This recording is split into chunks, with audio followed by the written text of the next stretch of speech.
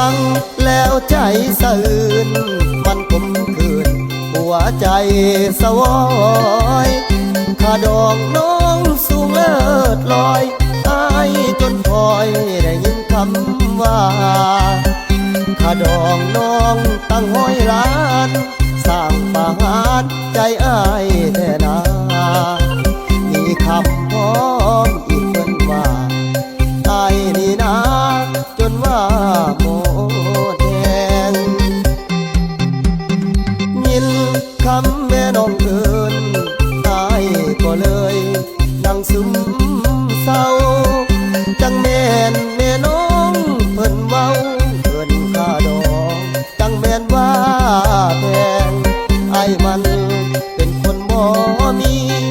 โอ้คนดีเสียบใจแห้งแห้งแม่น้องเอิญข้าดองแทนเสียใจแห้งแต่เด็กการดาผู้บ่นาว่าอายเป็นคนทุกอย่า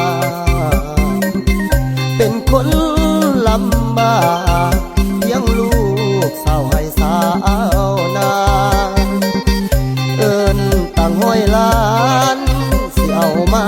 แต่ใสแก้วตามีคำพร้อมคือเพิ่นว่าไอ้นี่นะเกือบเป็นลมคำที่แม่น้องเอิญสูงเหลือเกินข้าดองคนดีผู้อยู่ว่าอายบ่มีแสนเต็มที่แล้วน้อเอวกลมปล่อยลานปานใจสายใจสลายเกือบที่เป็นลมแม่น้องเอิญข้าดองคมคุณเหมาะสมให้ต้องขอลา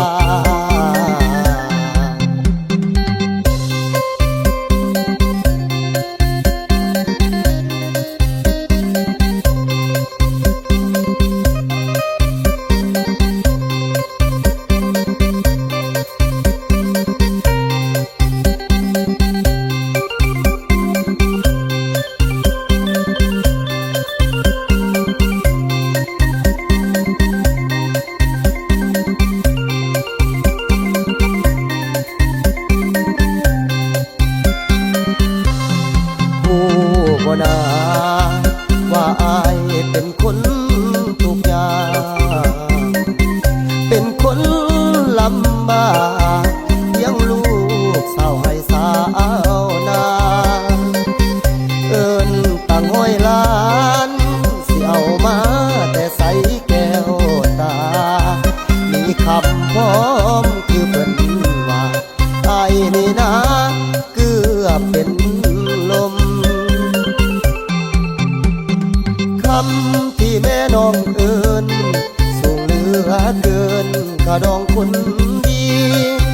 ผู้อยู่ว่าอายบ่มีแสนเต็มที่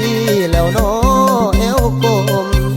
ปล่อยลานปานใจสายใจสลายเกือบที่เป็นลมแม่น้องเอิญข้าดองคมคุณเหมาะสม